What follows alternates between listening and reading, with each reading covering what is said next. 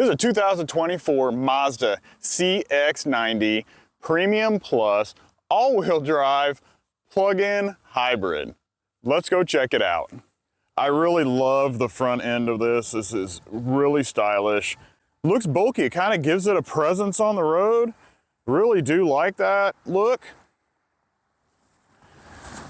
We'll come around to the side. This does have 21-inch wheels on it, and I like the way those look too. This color is amazing. It's kind of a maroonish red, or deep cherry red, if you want to call it cherry red. Really nice metallic flake.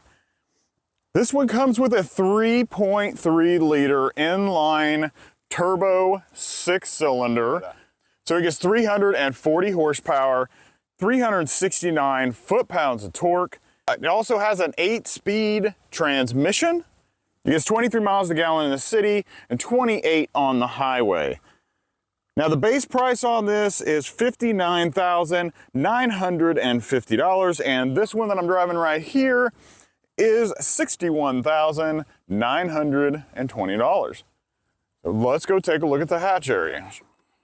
Of course, you get a powered hatch, and the cool thing is this is 3-row seating. So there's not a whole lot of space right behind the third row, but it's a decent amount of space. You can put probably a couple small suitcases. You might be able to stand them up, and then you've got maybe a duffel bag or something like that, or a couple duffel bags back here. These back seats, pull these handles and push them forward. Very simple to drop them, just like that. And now you have a lot bigger cargo area. So it's actually pretty good. The second row seats also fold down, and you will have plenty of room. You can see the third row seating. They actually have 2 cup holders on each side back here. That's kind of awkward. What would you need? How many people are you gonna sit back here? But that's pretty good deal for them. Put the seats back up, grab the strap, pull them back up, and they're in. Same here, pull it back up, and they're good. All right, let's go check out the interior. Mazda has been one of my wife's favorites. She's had a Mazda 6 2 different times, 2 different body styles, and she loves them. And this is going to be perfect for your family.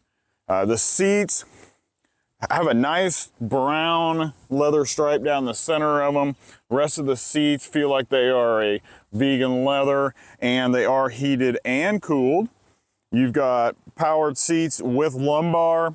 So here is your driver's display. Pretty basic, but it's bright and clear and easy to read.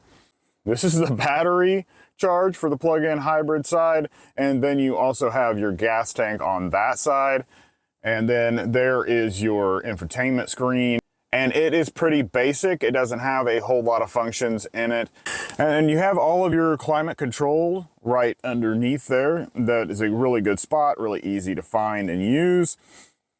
Shift knob, what's different is when you put this in park, you go up to reverse and push over to get it into park. And then you have to push over and then down to get it into drive. So that's a little different. This is your hill descent control, and you've got your camera button right here. So you can hit this button right here, and it will change where the battery level resides. So it will turn the engine on when it needs to revitalize your battery. Other than that, you have 2 cup holders here, but the interior of this is still pretty simple and laid out really nice. Everything you need is really close to you and easy to find. You go into the second row, and you do have second row captain's chairs. They are probably standard. I don't know if there is a bench offered. I do have the seat in my position. As you can see, plenty of room. There is about 4 inches of room there between my knees and the seat. And then you see my headroom here, and there is plenty. There is 2 inches maybe, somewhere in there, 1.5 inches. So we're good on that aspect. You have vents back here, you get 2 USB-Cs, and you have full climate control with heated seats in this second row. This second row does slide forward and backwards. And to be able to get into the back, you also have a handle right back here that will flip that forward, and then you push them up to get back into the back, and that's how much room you have there in the back. Nice interior, very impressive. Well, you've seen the inside and the outside, so let's go take this for a drive. And we're gonna do our 0 to 60 right now. 1, 2, 3.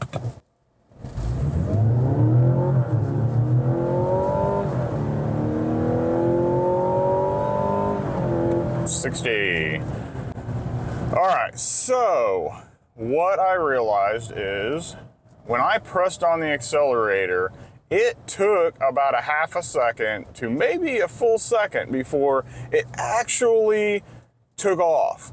But it was building up that turbo before it decided it was going to launch. So I can't really fault it too much for that. It did rev everything up and then it took off. It did accelerate pretty well. I'm guessing it's probably in the 5 to 6 second range, which is very good for this size of a vehicle. These are not light vehicles. You know, you got a 3-row passenger vehicle able to accelerate between 5 to 6 seconds. You know, that's pretty good.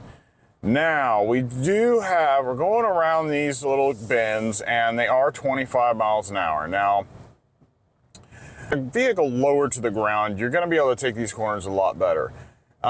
This is doing a pretty decent job. It does have some body roll, but this is a taller vehicle, so you're going to have some of that. So I could feel a little bit of lean, and we're going about 35 into that. It will take it without any problem. And we could probably even give it a little bit more around these corners, and it shouldn't have too much of a problem.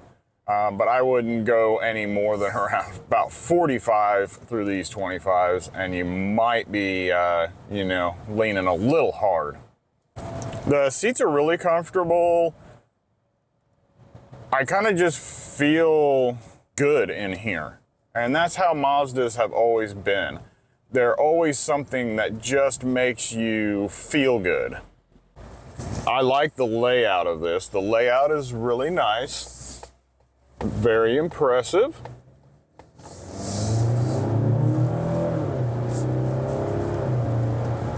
So this does have like it has a Mazda hybrid boost. So whenever you accelerate, if you do it to a certain extent, it will engage that, and it says it right on the screen, it lights up boost. So it gives you that little hybrid electric motor boost to give you that little extra power.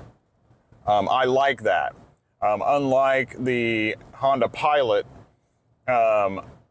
I didn't feel that just the combustion engine on that had enough power, but with this, I feel like there's plenty of power in this Mazda. It does feel like a large vehicle. You can definitely tell that you are driving a larger vehicle. Some of that maybe because I've been driving multiple different vehicles these last 2 days, and this is one of the larger ones that I've driven, but it handles and drives like a lot smaller vehicle than what it is. If I had to make a choice between this one, the Honda Pilot, maybe a Ford Explorer, I think I probably would choose this. It's just comfortable and fun to drive. It's just a comfortable place to be. It's enjoyable.